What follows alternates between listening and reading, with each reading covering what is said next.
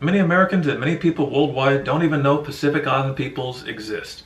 American schools, textbooks, and teachers often don't even mention America's other indigenous people or these territories. What most Americans do know is often romanticized ideas about island paradises and tourist hotspots. In real life, these Pacific Island nations were seized by outsiders, by America, Britain, Germany, Japan, France, Spain, Portugal, New Zealand, and the Netherlands. These islands were taken for military bases, for resources, plantations, and local labor. The takeovers were often very violent, and also with high death rates from disease. Most invaders had no intention of ever giving these people independence, the vote, or civil rights. Some only became independent as recently as the 1990s. Some remain under outsider control even today, and are denied the vote and civil rights. Some have become minorities in their own homelands, their languages and religions at times banned, their young forcibly assimilated. But it did not have to be this way. These islands could have remained independent nations. The colonizers could have been defeated or convinced to give independence. Some could have become states with full rights within the nations that invaded them. Some Pacific Island people could even become leaders within the colonial powers. My name is Al Carroll. I'm Associate Professor of History at Northern Virginia Community College. I've written mostly about wars, veterans, human rights, and genocide. My next history book will be Genocide Denial in America, about the 7 genocides against indigenous people that took place in the U.S. that most people were never taught about, don't know, or deny. I've also written some science fiction, mostly alternate history. One story, Timely Saviors, appeared in a short story collection, The Witness Paradox. I'm also, together with Rob Schmidt of Bluecorn Comics, editing and putting out a short story alternate history collection, What If Natives Won? I've also written a sci-fi alternate history book, The Man in Black, the first of a series. Most Americans on the mainland know little about Samoa, so I'm compelled to give the most basic background.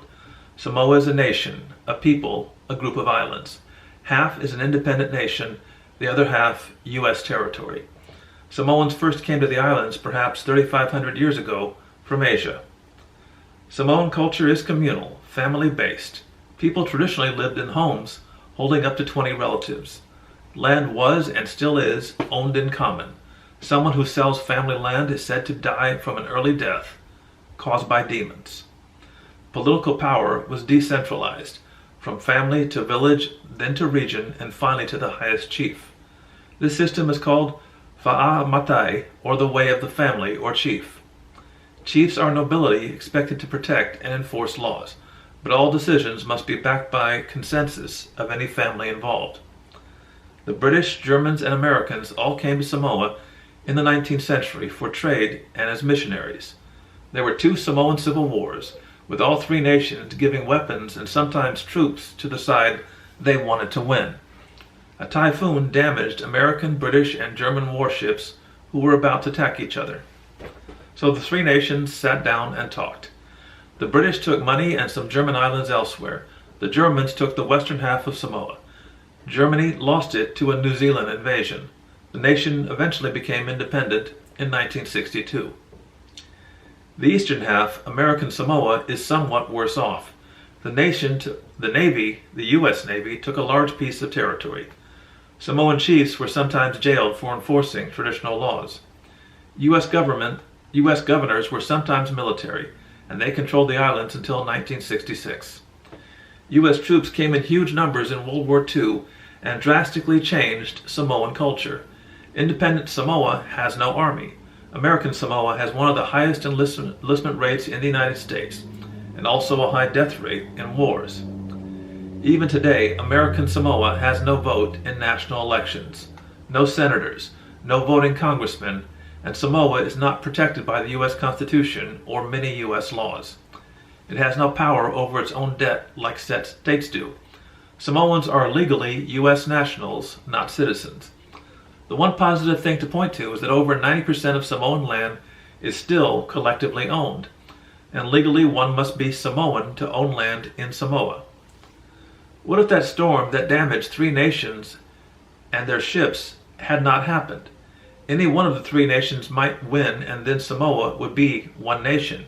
If Germany wins, it loses Samoa in World War I.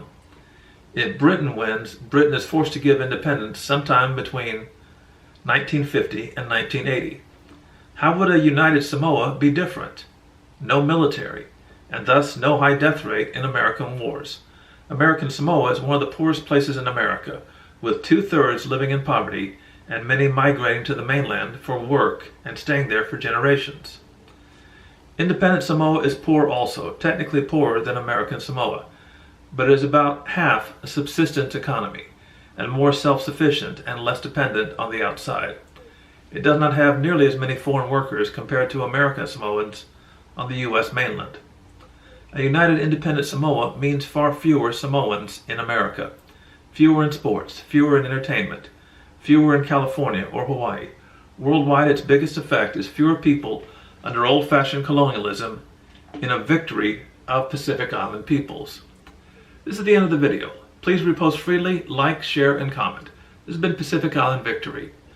Look for my other series, What If Natives Won, Latin American Victory, and Science Fiction, Race, and Racism. Next time we will discuss, what if Guam is independent?